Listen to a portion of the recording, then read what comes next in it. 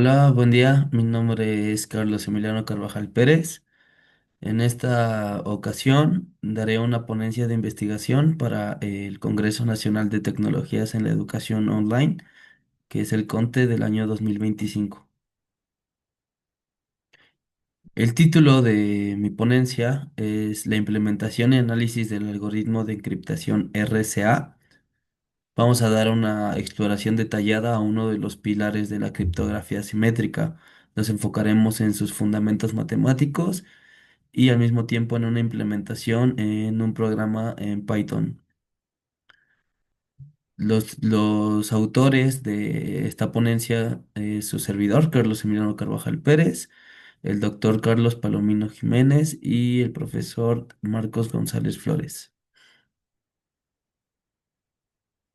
Para la agenda de esta presentación, primeramente tendremos una introducción a lo que es el algoritmo de encriptación RSA. Vamos a ver su contexto y relevancia en la seguridad informática actual. Para la segunda parte, nos enfocaremos en los fundamentos matemáticos. Veremos más la teoría de los números primos, cómo es que esta nos sirve para encriptar mensajes y la aritmética modular. Para la tercera parte, veremos nuestra implementación para encriptar en Python. Nos enfocaremos más en el código y la arquitectura del sistema.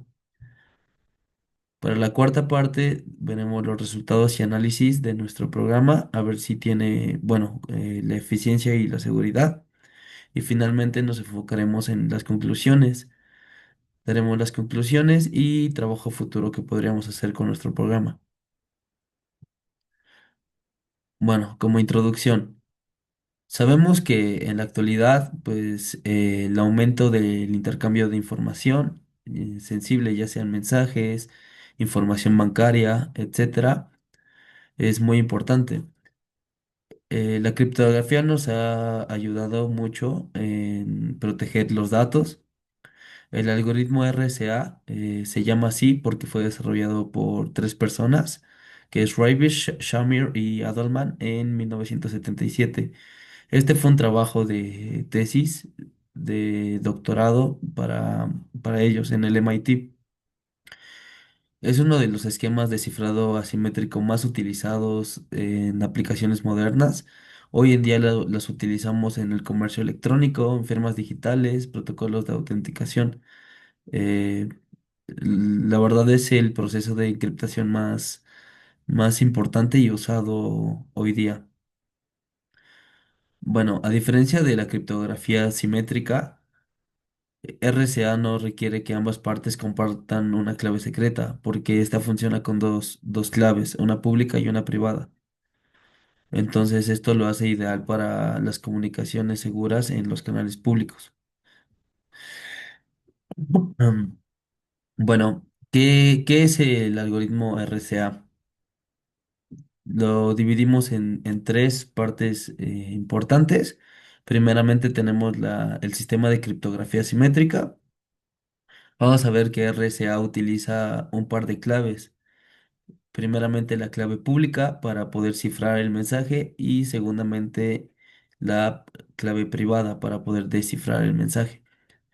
La base matemática del algoritmo sencillamente se basa en la dificultad de poder factorizar un número entero grande en sus factores primos. Es muy fácil llegar de los factores primos al número entero grande, pero es muy difícil y tardado llegar del número entero grande a sus factores primos. Por eso es que funciona muy bien. Terceramente tenemos la seguridad. Bueno, en cuanto a su seguridad, pues es robusto porque radica en un problema computacionalmente difícil de resolver, que es factorizar el número grande, incluso para computadoras modernas. Hay otro tema que es la computación cuántica que podría resolver este problema, pero aún no llegamos a ese punto. Los fundamentos matemáticos, bueno, el algoritmo RSA se basa en la aritmética modular. Tenemos si un x equivale a una y módulo n, si x es igual a la y más un n multiplicado por el número al que le sacamos el módulo para algún entero n. Tenemos tres apartados principales. El primero, el paso uno, sería seleccionar dos números primos. En este caso los denominamos P y Q. Y vamos a sacar el n, que es el número al que le vamos a sacar el módulo. Ese n se extrae del producto de los dos números primos que nosotros elegimos, ¿no? Segundamente, vamos a calcular la función de Euler. Phi de n, esto es muy sencillo, es el producto de P por Q, pero a cada factor le vamos a restar uno. Y finalmente vamos a calcular nuestra clave privada. Vamos a elegir un exponente público al cual denominaremos E y podremos calcular nuestra clave privada. Ok, para el proceso de encriptación vamos a tener dos partes, una que es el cifrado y otra que es el descifrado. Para el cifrado del mensaje, llamaremos al mensaje M y que se va a transformar en un mensaje cifrado que lo denominaremos como C. Tenemos que el mensaje cifrado va a ser igual a M a la E módulo N, donde M es el mensaje en claro, E es el exponente público, N es el módulo del producto de los dos primos que encontramos, bueno, que elegimos, en este caso anteriormente eran P y Q, y C es el mensaje cifrado. Para el descifrado, el receptor va a usar su clave privada que solo él va a conocer y va a poder recuperar el mensaje. El mensaje va a ser igual al mensaje cifrado, a la D, que es la clave privada, módulo N, que es el módulo de los dos primos. Bueno, aquí como nota, tenemos que el valor del exponente público suele fijarse en este número por motivos de eficiencia y seguridad. Sin embargo, pues se podría elegir cualquier otro número.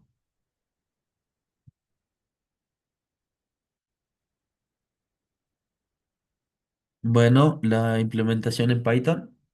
Aquí principalmente pusimos dos funciones principales, que es la que nos ayuda a poder pues generar el algoritmo de cifrado, ¿no? Tenemos la generación de primos. Vamos a utilizar una prueba de primabilidad que se llama Miller-Rabin. Vamos a generar dos números primos lo más grandes que se puedan de una forma aleatoria. Este es el algoritmo. Vamos a definir un número de 512 bits. Es muy grande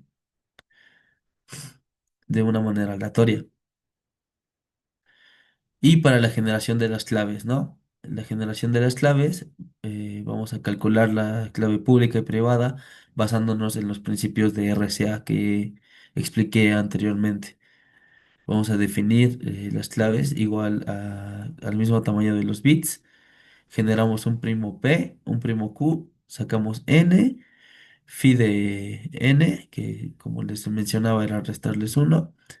Y estoy utilizando un valor estándar que es el que les dije anteriormente, 65.537. Bueno, la interfaz gráfica de nuestro algoritmo es esta. Posteriormente se las enseñaré en funcionamiento. Tenemos tenemos las dos claves, pública y privada. Utilizamos phi de n, el exponente e. Escribimos el mensaje en claro que queramos cifrar, lo ciframos y el programa con la clave privada lo va a descifrar. Como podemos ver, la implementación pues es bastante clara en cuanto a la interfaz gráfica. Esta fue desarrollada con Tinker, que es una librería que nos ayuda mucho al desarrollo de interfaces gráficas. Generamos las claves, ciframos los mensajes y desciframos el mensaje, recuperando el mensaje original a partir del texto cifrado.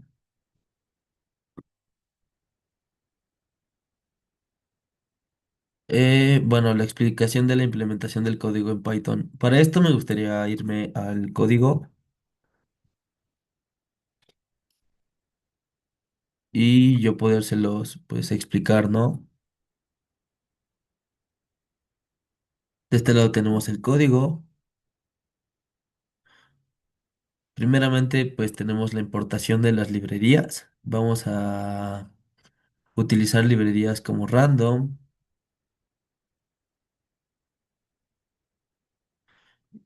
para pues trabajar con números aleatorios y verificar los números primos. Esto pues nos va a simplificar muchísimo lo que son las tareas matemáticas, ¿no? Para la función de números primos, tenemos el general primo, como anteriormente les expliqué.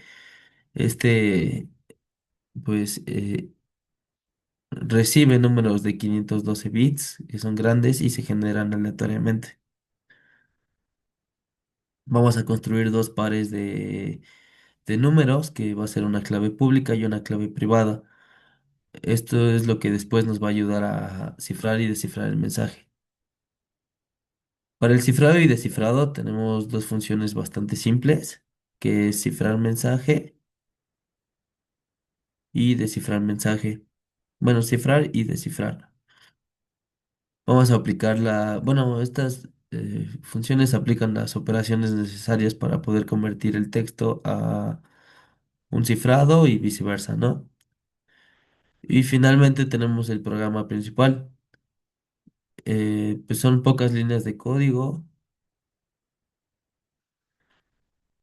y pues nos ayuda a cifrar el mensaje y lo descifra para mostrar el proceso de cómo va funcionando esto, ¿no? Si gustan, les hago una demostración. Primeramente vamos a generar las claves. El programa nos manda un mensaje de que las claves han sido generadas correctamente. Tenemos la clave pública y la clave privada. Y el módulo del el producto de los dos primos. Como podemos ver, es bastante largo. Vamos a escribir un mensaje. En este caso yo voy a poner hola mundo. Ciframos el mensaje. Este es nuestro mensaje cifrado. Como podemos ver, es muy largo y descomponerlo en factores primos pues es bastante tardado. Pero como nosotros tenemos la clave privada, en este caso esta, podemos descifrarlo sin ningún problema.